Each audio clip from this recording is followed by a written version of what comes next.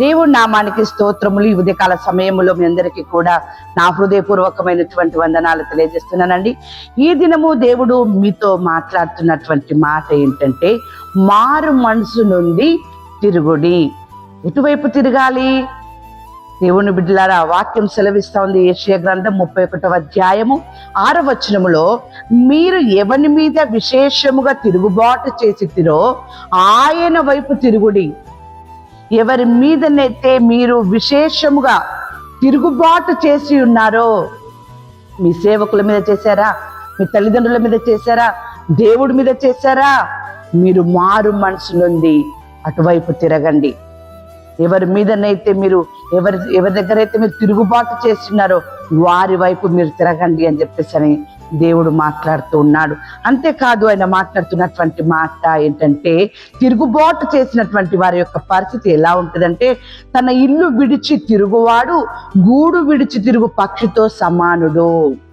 ఏమండి, గూడు ఉందనుకోండి, వర్షం వచ్చినప్పుడు ఆ గూట్లో ఉంటుంది పక్షి, ఎండ వచ్చినప్పుడు ఆ గూట్లో ఉంటుంది పక్షి, అది సంధ్యవేళ అయిందంటే ఆ గూట్లో ఉంటుంది పక్షి. కానీ ఆ గూడునే విడిచింది, గూడు వైపు అది విశేషముగా అది తిరుగుబాటు చేసి దాన్ని విడిచింది.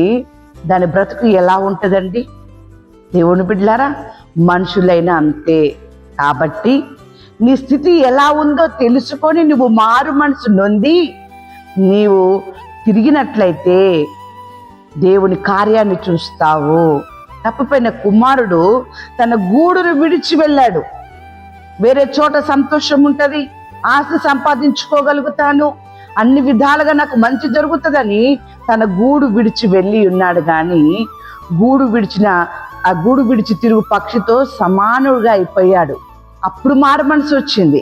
తను విడిచి వెళ్ళినటువంటి ఇంటి వైపు పశ్చాత్తాపముతో ఆయన మరలా మారు మనసు నుండి తిరిగి ఉన్నాడు. దేవుని బిడ్డలారా, ఈ ఉదయకాల సమయంలో నీవు కూడా మారు మనసు నుండి నీ దేవుని వైపు తిరుగు, నీ తల్లిదండ్రుల వైపు తిరుగు, నీ సేవకుని వైపు తిరుగు. నీ జీవితంలో గొప్ప కార్యం చూస్తావు. దేవుని వాక్యం సెలవిస్తా ఉంది. సామెతల గ్రంథము 21వ అధ్యాయము 16వ వచనం, వివేక మార్గము విడిచి తిరుగువాడు ప్రేతల గుంపులో కాపురముండును. ఎంత ఘోరమండి! ఇంకా వాడు చచ్చిపోయినట్టే సమానం. కాబట్టి వివేకము కలిగినటువంటి మార్గములో నీవు ఉండాలి. వాక్యానుసారమైనటువంటి మార్గంలో నీవు నడుచుకోవాలి. దేవుని యొక్క వాక్యం సెలవిస్తా ఉంది కదా ఇక్కడ, నువ్వు ఎప్పుడైతే తిరుగుతావో నీ జీవితంలోకి మార్పు కలుగుతుంది.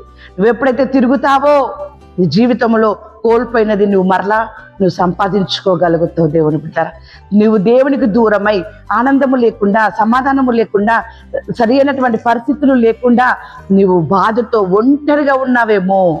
కానీ దేవుని వాక్యం సెలవిస్తా ఉంది ఇక్కడ, ద్వితీయోపదేశకాండం 5వ అధ్యాయము 33వ వచనము, కాబట్టి మీరు కుడికే గాని ఎడమకే గాని తిరగక మీ దేవుడైన యెహోవా ఆజ్ఞాపించినట్లు చేయుటకు జాగ్రత్త పడవలెను.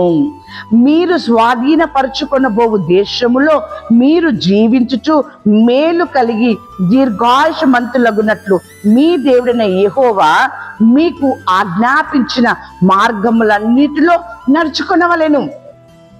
ఎప్పుడైతే నువ్వు మారు మనసు పొంది దేవుని వైపు తిరుగుతావో ఈ దేవుడు మీకు కొన్ని ఆజ్ఞలను ఇస్తారు. దేవుని బిడ్డలు, వాటి ప్రకారం నువ్వు నడుచుకోయిగా, వాటి ప్రకారం నువ్వు జీవించు, ప్రవర్తించు. ఎందుకంటే అంతకు ముందు నీవు ఎవరి మీద విశేషంగా తిరుగుబాటు చేసి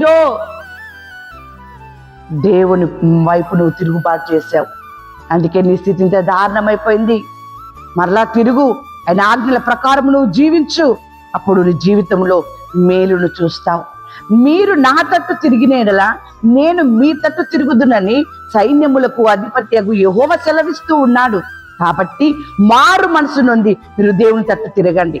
మీ స్థితిని చూస్తున్న దేవుడు మీ వైపు తిరుగుతాడు.